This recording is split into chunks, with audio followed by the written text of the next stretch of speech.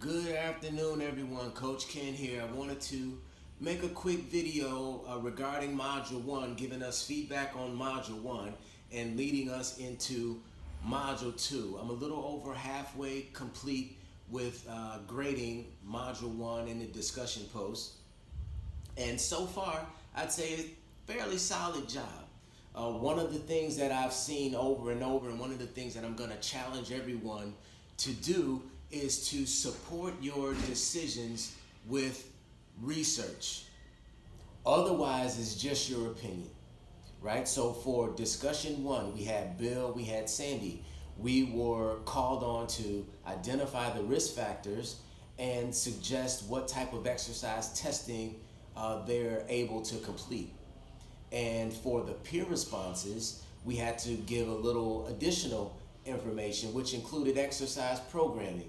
So what I mean specifically is, as you're going into your exercise programming, okay, Bill, he's a sedentary individual. I'm going to recommend he does weight training 3 days a week at a moderate to vigorous intensity. Okay, why? What does the research say about sedentary people and their adherence to vigorous exercise, or what goes into my decision making for that, right? Or if I'm gonna suggest that maybe he trains for 30 minutes a day, well, why? What's so important about 30 minutes? Why not 45 minutes? Why not 60 minutes? For Sandy, she's running 5 days a week. I'm gonna suggest maybe she cut back on her aerobic exercise and maybe implement 2 days a week of strength training. Well, why? What does the research say about reducing someone's mileage if they're a runner? How does that complement her goals as a runner by reducing her frequency and her overall volume? Okay, so when you make a statement to be taken as fact, assume your reader doesn't know much about exercise science. So as you're making your peer responses and your suggestions, these suggestions, they need to be supported by research, and your peer responses need to be supported by peer reviewed articles. Now, your textbook is a fine resource, but it does not qualify as a peer reviewed article. Now, I'm going to challenge everyone to really adhere to the protocol as we're making our peer responses. So if the discussion if it isn't thorough, or if it isn't outlined completely, or if you make a statement, something along the lines of, I believe Sandy shouldn't run for 5 days a week because that's going to lead to injury. Well, why?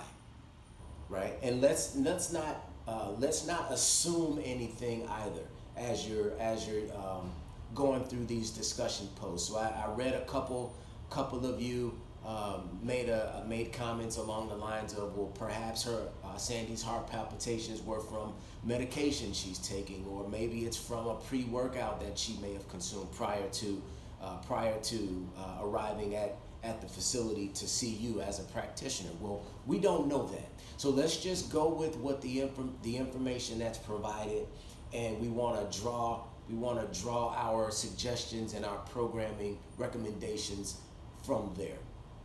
Moving on into Module 2, okay, we have skin fold calculations. Now, if you'd like to calculate those by hand, by all means, do so. But that's a tedious process, and to be honest, it's not very practical for us as practitioners, because there are a lot of applications available to us to help us expedite that process. So if you guys go to this website, trainermetrics.com, right, they have a 3-site skin fold calculator, and they have a 7-site skin fold calculator.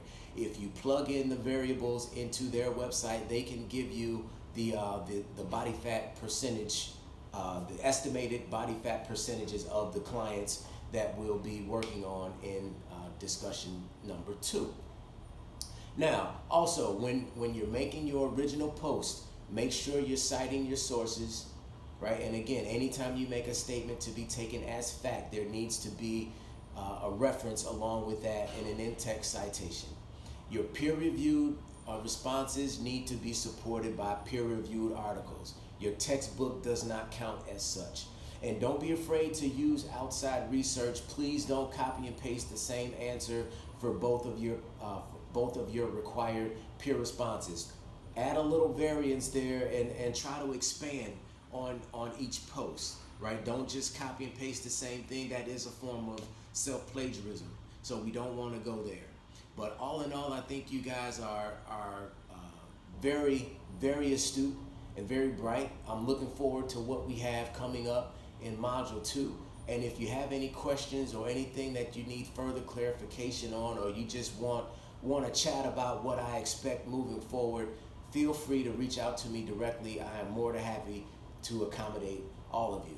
But yeah, let's keep this momentum going. I'm excited about where we are. All in all, this is a very bright group that we have. And yeah, I'm excited, and I'm looking forward to how we complete this week. So good luck, everybody. And yeah, we'll talk to you guys and girls soon. Take care.